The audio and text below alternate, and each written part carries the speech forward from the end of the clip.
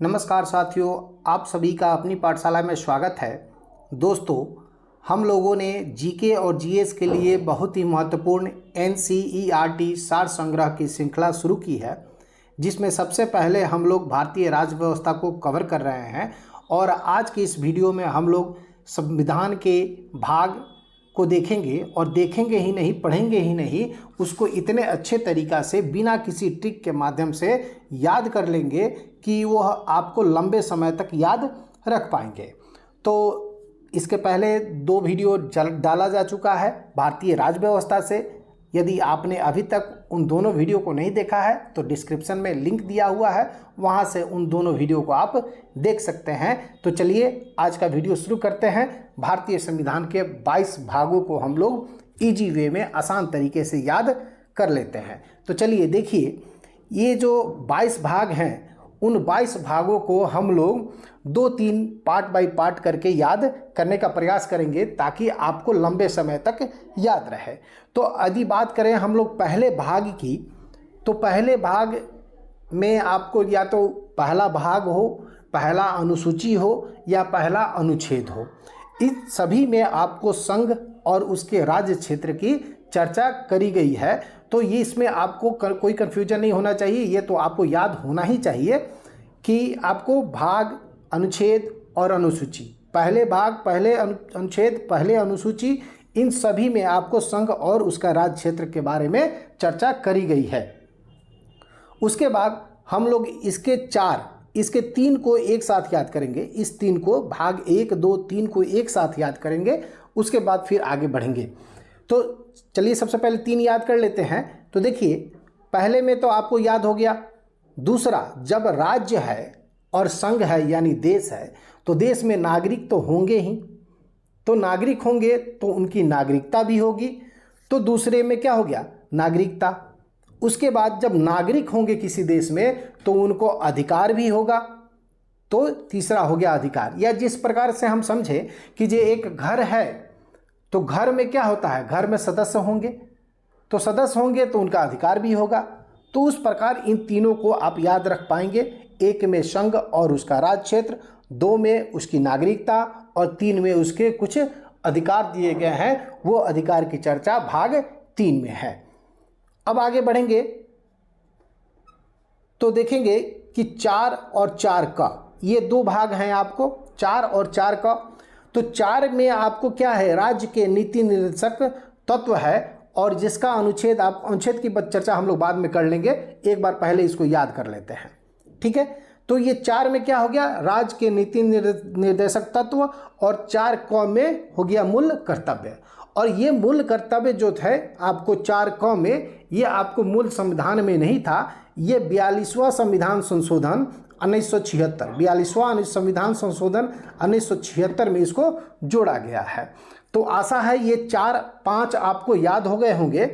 चलिए फिर से रिकॉल करते हैं। 1 में है संघ और उसके क्षेत्र। जब देश है तो उसमें नागरिक होंगे। तो 2 में है क्या? नागरिकता। और जब नागरिक होंगे तो उसके कुछ अधिकार होंगे। तो 3 में हो गया आपको मूल अधिकार, और 4 में आपको नीति निर्देशक तत्व है। और उसके बाद 4 क में 42वें संविधान संशोधन 1976 में आपको मूल कर्तव्य। आशा है ये 4 आपको याद हो गए होंगे। अब चलिए आगे बढ़ते हैं, 5वें की बात करते हैं। तो 5 नंबर में आपको संघ है, उसके बाद है 6 नंबर राज्य, और उसके बाद 7 को छोड़ देते हैं अभी, और 8 में है केंद्र शासित प्रदेश। यानी सबसे ऊपर अगर अधिकार में हम लोग क्रम में देखें तो सबसे ऊपर होता है संघ यानी केंद्र, उसके बाद राज्य, तब नंबर आता है केंद्र शासित प्रदेशों का। तो ये क्रम में आप याद रखेंगे 5, 6 और 8। और 7 की बात करें तो 7 जो है ना, वो 7वें संविधान संशोधन द्वारा, 7वें संविधान संशोधन 1956 को द्वारा इसको निरस्त कर दिया गया था। तो आज ये संविधान में 7वां भाग नहीं है, तो इसको आप छोड़ सकते हैं, स्किप कर सकते हैं। तो याद हो गया आपको 5, 6 और 8। 5 में आपको संघ, 6 में राज्य, और 8 में केंद्र शासित प्रदेश। इस प्रकार चलिए शुरू से रिकॉल कर लेते हैं। शुरू से रिकॉल करिए आप। 1 में क्या? संघ और उसके राज्य क्षेत्र, 2 में नागरिकता, 3 में मूल अधिकार, 4 में नीति निर्देशक तत्व, 4 क में मूल कर्तव्य। अब रुकिए यहाँ पे, पांचों में क्या आ गया, पांचों में याद करिए संघ आ गया। उसके बाद संघ के नीचे कौन, राज्य, राज्य के बाद कौन आपको केंद्र शासित प्रदेश। तो 8 में हो गया केंद्र शासित प्रदेश और 7वां निरस्त। इस प्रकार आप याद रखेंगे। उसके बाद 9 में है पंचायत। तो इस 3 को आप एक क्रम में रखेंगे, 9, 9 क, 9 ख, इन 3 को एक साथ आप रखेंगे। 9 में क्या है, 9 में पंचायत है, 9 क में नगरपालिका है और 9 ख में सहकारी समितियां है। ये 3 को एक क्रम में आप याद रखेंगे, ठीक है। उसके बाद आगे बढ़ेंगे। आगे देखिए 10 में है आपको अनुसूचित और जनजातीय क्षेत्र का विवरण है 10 में, ठीक है। तो 10 को आपको माइंड में रखना है, 10 केवल आप माइंड में रखिए, अनुसूचित और जनजातीय क्षेत्र 10 में। उसके बाद 11 में चलिए, संघ और राज्यों के मध्य संबंध की बात कर रहा है। तो संबंध बराबरी में होता है ना, संबंध बराबरी में होता है, ऐसा याद करने के लिए मैं कह रहा हूँ।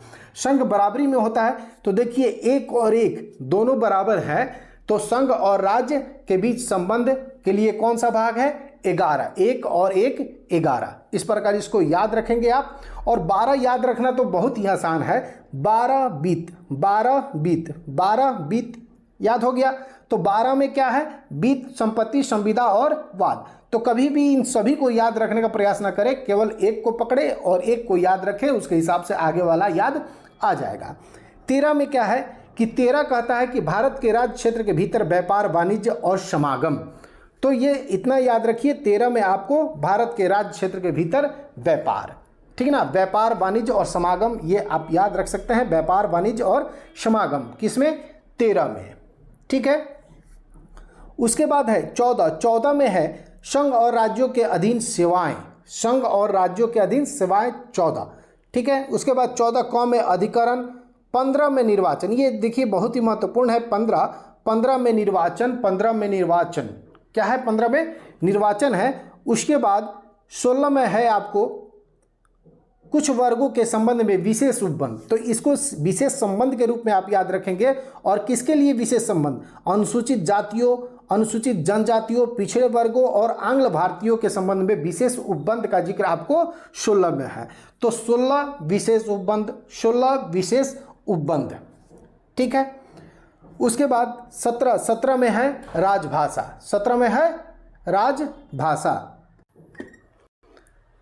अच्छा, 17 में राजभाषा। इस 16 को आप इस प्रकार याद रख सकते हैं। देखिए जैसे 16 साल का कोई अगर बच्चा है तो उस पर गार्जियन को, अपने उसके पेरेंट को विशेष ध्यान देने की जरूरत होती है ना। तो इस तरह आप याद रख सकते हैं, 16 यानी 16 का बच्चा, तो उस पर विशेष उपबंध यानी विशेष ध्यान, ठीक ना। तो इस प्रकार आप इसको याद रखिएगा 16 को। उसके बाद 17 में है राजभाषा, 17 आसानी से आपको याद आ जाएगा, 17 राजभाषा। 18 में है आपात उपबंध, 18 आपात उपबंध। उसके बाद 19 में है प्रकीर्ण, और इस 3 को एक साथ याद रखेंगे। 20 में संविधान संशोधन, 20 में संविधान संशोधन। उसके बाद 21 में अस्थायी और संक्रमणकालीन विशेष उपबंध, और 22 में आपको संक्षिप्त नाम प्रारंभ, हिंदी में प्राकृत, पाठ और निरसन। तो ये संक्षिप्त नाम केवल आपको 22 में याद रखना है। और इसके कुछ अनुच्छेद जो बहुत ही महत्वपूर्ण हो जाते हैं, ये भी आपसे पूछे जाते हैं। तो खास करके ये ऊपर के जो 4-5 आपको अनुच्छेद है, ये निश्चित रूप से याद होने चाहिए, क्योंकि ऐसे प्रश्न पूछे जाते हैं कि जो नागरिकता का अनुच्छेद कहाँ से कहाँ तक है, मूल अधिकार का अनुच्छेद कहाँ से कहाँ तक है, तो ये भी आपको याद रहने चाहिए। तो थोड़ा सा आप इसको देख लीजिए। तो देखिए क्या कहता है कि संघ और उसका राज्य क्षेत्र के लिए 1 से 4 तक, उसके बाद नागरिकता 5 से लेकर 11 तक, उसके बाद मूल अधिकार 12 से 35 तक, और नीति निर्देशक तत्व 36 से लेकर 51 तक। और ये इसको तो VBI कर लीजिए, ये हमेशा पूछता है कि मूल कर्तव्य का अनुच्छेद क्या है, तो 51 क 51A, ये बहुत ही इंपॉर्टेंट है, क्योंकि मैंने भी एक बार गलती करा था एग्ज़ाम में, तो इसलिए ये मुझे याद रहता है। उसके बाद संघ के लिए यहाँ से आपको ये इसके नीचे ऐसा प्रश्न नहीं बनेगा, लेकिन ऊपर से ये जो 4-5 है इससे प्रश्न पूछे जाते हैं और हमेशा आते हैं, और बाकी आगे का कोई उतना ज़्यादा खास इंपॉर्टेंस नहीं है। जब आप संघ पढ़िएगा, राज पढ़िएगा तो धीरे धीरे ये सारे अनुच्छेद आपको याद होते चले जाएंगे। तो चलिए, वीडियो अच्छा लगा हो, जानकारी अच्छी लगी हो तो वीडियो को लाइक कर दीजिए और चैनल को सब्सक्राइब कर दीजिए। नेक्स्ट वीडियो में हम लोग संविधान में जो अनुसूचियां हैं, जो 12 अनुसूची हैं, उन अनुसूचियों को याद करेंगे। तो चलिए फिर मिलेंगे अगले वीडियो के साथ। धन्यवाद।